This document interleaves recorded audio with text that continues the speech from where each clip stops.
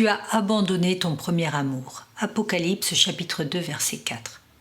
Le meilleur et le plus lumineux instant de nos vies que nous ayons en mémoire, c'est quand pour la première fois nous avons vu le Seigneur, que nous avons déposé notre fardeau, reçu le rouleau de la promesse et que nous nous sommes réjouis pleinement dans le salut et que nous avons marché en paix sur notre chemin.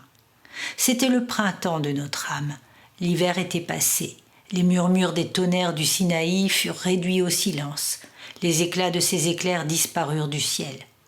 Dieu était perçu comme réconcilié.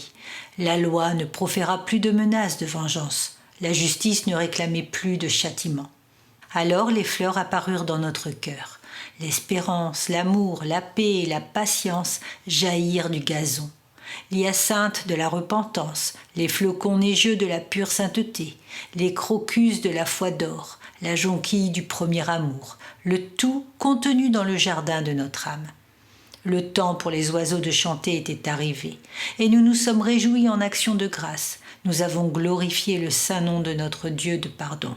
Et notre résolution a été « Seigneur, je suis tien, entièrement tien. Tout ce que je suis, tout ce que j'ai, je te le consacrerai. Tu m'as acheté avec ton sang. Laisse-moi me donner moi-même et me dépenser à ton service. Dans la vie et dans la mort, je me consacre à toi. » Comment avons-nous gardé cette résolution? Notre amour d'époux ou d'épouse qui brûla d'une sainte flamme de dévotion pour Jésus est-il le même maintenant? Jésus ne pourrait-il pas bien nous dire aujourd'hui « J'ai quelque chose contre toi parce que tu as abandonné ton premier amour » Hélas, nous n'avons fait que très peu pour la gloire de notre Maître. Notre hiver a duré trop longtemps.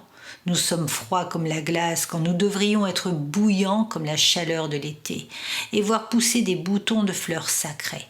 Nous donnons à Dieu une pièce percée quand il mérite des louis d'or.